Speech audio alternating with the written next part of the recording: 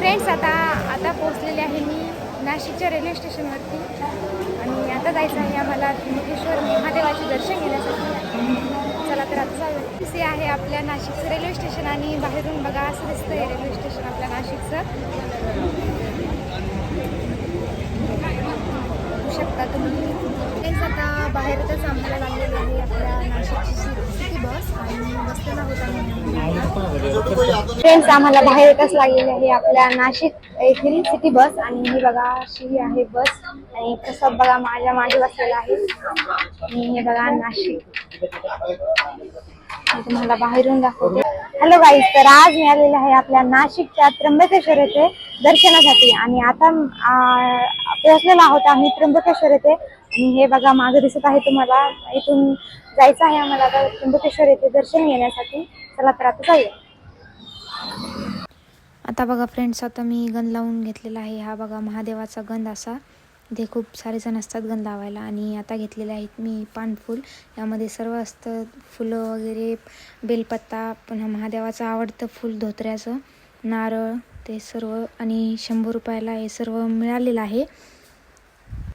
Friends प्रसाद घेतलेला आहे आणि आता जायचं आहे दर्शनाला आणि आता आम्ही चाललेलो आहोत दर्शनासाठी. आणि हे बघा लाईन लागलेली आहे. ही लाईन 1.5 किलोमीटरपर्यंत आहे आणि इथला व्ह्यूसुद्धा किती छान आहे तुम्ही बघू शकता. फ्रेंड्स आता लागलेला आहोत आम्ही लाईनीमध्ये आणि बघा मागे 2-3 किलोमीटर लाईन लांब आहे आणि पुढे सुद्धा 1-2 किलोमीटर लांब लाईन आहे आणि अशामध्ये खूप पाऊस यायला आहे मधामधातूनच, त्यामुळे घुमटे घेतलेले आहेत आम्ही सर्वांनी. आणि हा बघा कसं वातावरण झालेलं आहे. तर आता आम्ही आलेलो आहोत हॉलमध्ये.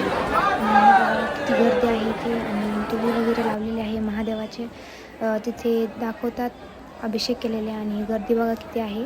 मंदिर बंद होते तोपर्यंत आम्ही तिथे बसलेलो होतो. 15-20 मिनटे पूजा चालू असल्यामुळे आम्ही तिथे बसलो होतो आणि टी व्हीमध्ये सर्व दिसत होते महादेवाचे अभिषेक केलेलं तुम्ही बघू शकता. महादेवाचे खूप जण नारे होते, हर हर महादेव म्हणून. आणि मी आता मागितलेलं आहे नंदीच्या कानामध्ये तुम्ही बघू शकता.